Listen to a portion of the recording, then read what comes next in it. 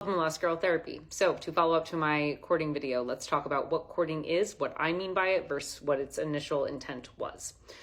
Initially, courting was the act of engaging in a relationship with somebody who you intended to marry. It was really the early stages of dating to see if you and your partner aligned on morals, ethics, what you wanted from a family, if you wanted a family, where you saw your lives going.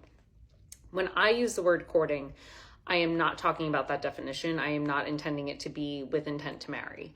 I am applying courting to the scenario of the early stages of getting to know someone and vetting if they are in fact someone you want to date. The reason being that if you are anxious or disorganized and you have a predisposition towards getting very attached to someone quickly and then kind of feeling confused, courting is a great way for you to attune your nervous system to someone that you find interesting and then see if you have a level of attraction to them that would make you want to date them. When we are disorganized or when we're anxious, our level of attraction can spike really high when our attachment style gets triggered.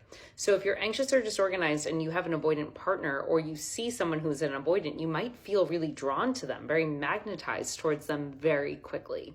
But this heightened response that we read as being really attracted to them might not be sustainable.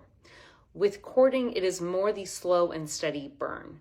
What you want to do is you want to begin assessing if you feel safe and comfortable around someone that you're interested in. And this is done by short periods of time repeatedly. What you do not want to do with courting is go on like a 3 or 4 hour marathon date. You also do not want to go out with the same person 4 nights in a row.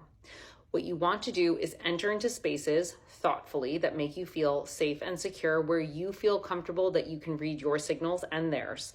And then after a time of 45 minutes or like maximum an hour, hour 15, go your separate ways.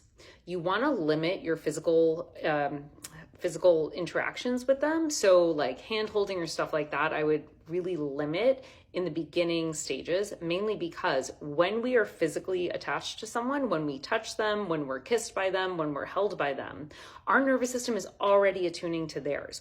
We can dissociate. We can kind of feel like we're leaving our own body and we start picking up on other people's stuff. Because we're feeling their energy, we lose sight of how we feel in this scenario.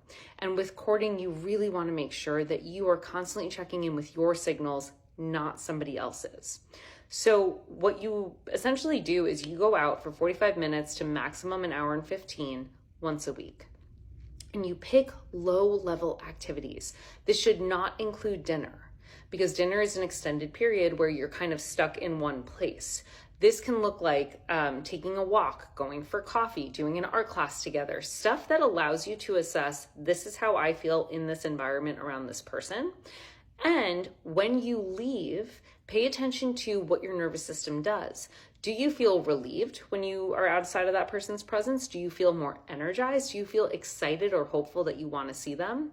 Over the course of 3 or 4 courting scenarios, you might find that you have a much more accurate view of if you have a level of attraction to them in a romantic sense. You will also feel a lot more comfortable if you decide that you want to date someone romantically, because when you do go out for drinks or when you do go out for dinner, you now have a baseline for what your signals are telling you, and then you can also say, this is how I bring excitement, joy, love, intimacy, care, and affection to the table.